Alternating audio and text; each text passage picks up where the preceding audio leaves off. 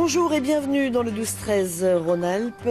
Dans l'actualité de notre région, cette info exclusive, décrochée avant tout le monde et fantasme ultime de la plupart des journalistes. Eh bien, c'est aussi le titre d'une expo proposée à partir d'aujourd'hui au musée de l'imprimerie et de la communication graphique de Lyon. Une histoire graphique, donc, de la presse, conçue autour des trésors réunis par un collectionneur lyonnais, Bernard Gelin, qui est notre invité et qui a fait don de sa collection en 2008 au musée. Mais avant qu'il ne nous raconte sa passion et sa patience, je vous propose de visiter en avant-première cette exposition grâce à Sophie Valsecchi et Jean Perrier. Scoop ou 400 ans d'histoire des journaux quotidiens. Des gazettes du XVIIe siècle aux tabloïds d'aujourd'hui. L'exposition raconte l'histoire graphique de la presse. Une lecture possible grâce à cet homme, Bernard Gelin. Il y a 7 ans, ce Lyonnais a cédé 30 000 journaux français et étrangers au musée de l'imprimerie de Lyon. Mais c'est rien, 30 000 journaux, c'est rien du tout. D'abord, je collectionne depuis 65 ans. J'échantillonne. Voilà, j'ai préféré les numéros 1 ou les changements de formule aux journaux qui... Mais en même temps, le tout venant me convient très bien parce que c'était le reflet de la société. Ça, j'y tiens beaucoup. Avec l'invention des rotatives, une page se tourne. Les machines remplacent les presses à bras. La pagination augmente et avec elle, les titres s'étalent dans les grandes largeurs, les photos animent les unes, le poids des mots, le choc des photos version années 30. J'ai essayé de juxtaposer les nouvelles techniques d'impression, les nouvelles techniques de transmission des images, enfin tout ce qu'on peut imaginer, qui sont là pour servir à l'évolution du journal. Le journal, il évolue non pas en fonction des techniques d'impression, il évolue en fonction des curiosités du public. La presse écrite raconte notre histoire, une époque, quelquefois révolue, mais elle est aussi annonciatrice des temps modernes, quand le tabloïd annonce la tablette. Bernard Gelin, bonjour. Dites-moi, comment vous a pris cette passion de la presse ? Je pense qu'elle est venue progressivement. Ce n'était pas une passion, c'était un intérêt au départ. Oui.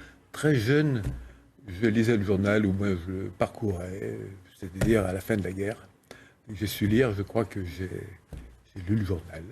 Et puis, je me suis intéressé à la forme extérieure du journal, c'est vrai.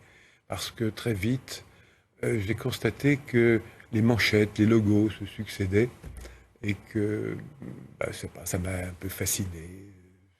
Mais je n'ai pas commencé à collectionner tout de suite, si vous voulez. C'est à collectionner, je sais pas, quand même une douzaine d'années, une quinzaine d'années. Oui, quand même assez tôt. Oui, ça fait 60 ans. Comment est-ce que vous avez sélectionné les journaux que vous conserviez et ceux qui n'avaient pas d'intérêt, entre guillemets ? D'abord, le premier qui se présente d'un titre, il m'intéresse parce qu'il est là. Il dit un rapport entre le journal et son lecteur, enfin, et la société, enfin ça peut être tout ça, mais bon, c'est comme ça. Et puis, quand j'en trouve un qui a un intérêt, je le garde, enfin un intérêt particulier, par exemple parce que c'est le numéro 1, parce que c'est le dernier, malheureusement, parce qu'il change de format, de formule, de logo, etc.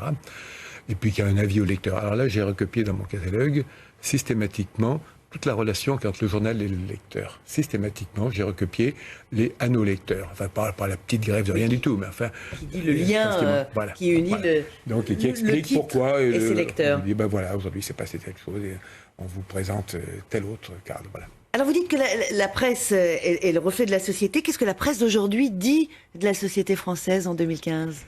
Vous savez, la presse, c'est toujours difficile quand on dit la presse. Oui. Presse, il y a tellement de différences entre ce que vous faites, vous êtes bien la presse aussi, et puis tel journal élitiste et tel autre un peu plus populaire. J'aime pas répondre à cette question, je dois vous dire.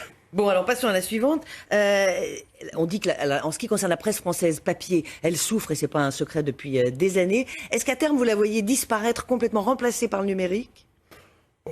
Je ne sais pas plus que les autres. Il y a des experts, entre guillemets, qui disent oui, que ça va c'est assez programmé. Il y a un site, vous pouvez voir quand le prochain journal va s'éteindre, en Chine, en Inde, en Amérique. Alors en Amérique, c'est pour...